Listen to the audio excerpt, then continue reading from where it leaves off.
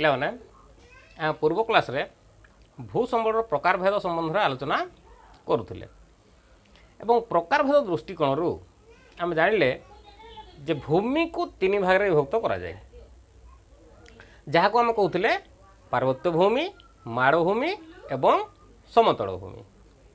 तेबे आज आम भू व्यवहार संबंध में आलोचना करवा। साधारणतः भू संबल व्यवहार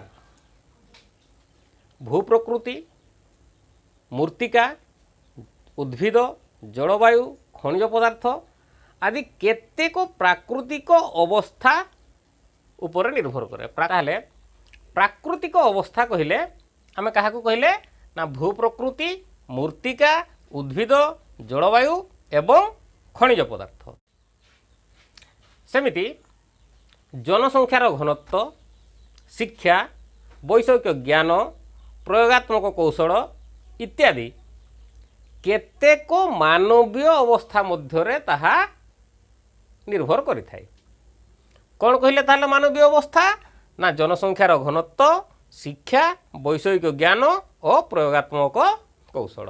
तेबे दुईटी अवस्था उपरे आमे भू व्यवहार को निर्भर करि थाए। कौन कौन ना गोटे होछि प्राकृतिक अवस्था एवं अन्यटी होछि मानवीय अवस्था। तेणु ये जो विकसित देश एवं जो विकासोन्मुखी देश कथा आम कहूले विकसित और विकासोन्मुखी देश मानकर भू व्यवहार रे अनेक पार्थक्य देखा दे थाए। आम भारत रे साधारणतः भू संबल व्यवहार को लक्ष्य रखी बा व्यवहार दृष्टिकोण 5 भाग विभक्त करा जाए।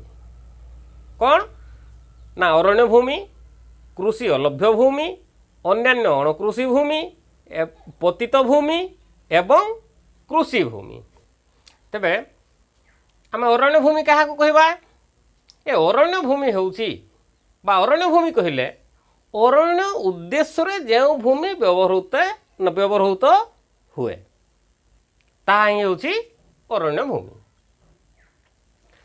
सेहीपरि कृषि अलभ्य भूमि जो आम कहले कृषि अलभ्य भूमि कृषि अलभ्य भूमि को 2 भाग में विभक्त करा जाय थाए। जेपरि कृषि अनुपयुक्त भूमि और अणकृषि भूमि।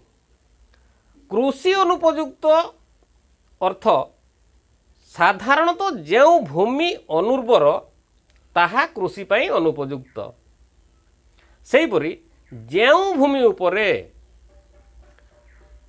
आमे जो कहूचे गृह अनुष्ठान रास्ता घाट शिल्प इत्यादि पाई जो व्यवहृत होता है ताकू कहवा आमे अणकृषि भूमि।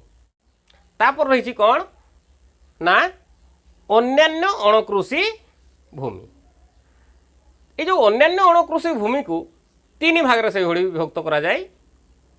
स्थायी गोचर भूमि जहाँ को चारण उद्देश्य रे ही व्यवहार करा जाए बा ताकू चारण भूमि मध्य कहा जाउची।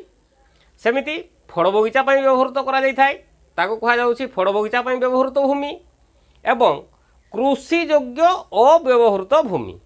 कृषि योग्य अव्यवहृत भूमि कौन ना 5 वर्ष रु अधिक पर्यंत जहाँ जो भूमि पड़िया रही जाय थाए ताकू ही आम कहवा कृषि योग्य अव्यवहृत भूमि। तेबे आम जानिगले कौन ना आम जो कहले अन्यान्य अणकृषि भूमि ताकू 3 भाग में विभक्त कले गोचर भूमि बा चारण भूमि फड़ बगीचा पाई व्यवहृत भूमि एवं कृषि योग्य अव्यवहृत भूमि। सेमिति पतित भूमि। पतित भूमि को 2 भाग में पुणी विभक्त करा जाए। कौन ना गोटे हूँ चलंती पतित एवं अन्यटे हूँ पुराणा पतित भूमि।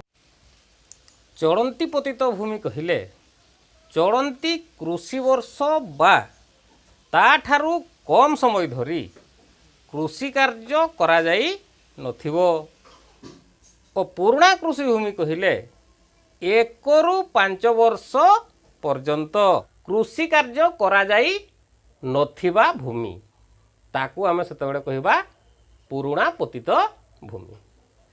सेहीपरि आउ कोन रहिछि हमर ना कृषि भूमि। तेबे ए कृषि भूमि को मोट आमे चारि भाग रे विभक्त करिथाउ। कौन कौन ना मोट चाष जमी अर्थात विभिन्न कृषि कार्य करा जाई पारुथिबा समुदाय चाष जमी ताको हम कहबा मोट चाष जमी। तापर रही आमर एकाधिक बार करा जाइथिबा कृषि भूमि अर्थात जेउ कृषि भूमि उपरे वर्षरे एक रु अधिक थर कृषि कार्य करा जाइथाय। परवर्ती रही आमर समुदाय शस्य भूमि अर्थात जो आम कहे धान गहम परी केवल शस्य उत्पादन हो पारुथिबा कृषि भूमि जोठारे केवल शस्य उत्पादन करा जाई थाए ताको आम कहे समुदाय शस्य भूमि।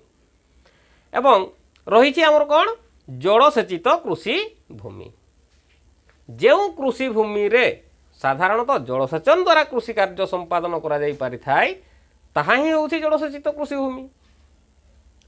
तेबे पिला माने भूमिर व्यवहार दृष्टिकोण तो आमे 5 भाग रे विभक्त कले एवं काहाकू कहंती मध्य जानिले। परवर्ती क्लास रे एगुडिक केते भाग बा केते परिमाण रे रहिछि एवं केउ केउ स्थान रे रहिछि ए सब विषय रे पुणी अधिक आलोचना करिवा।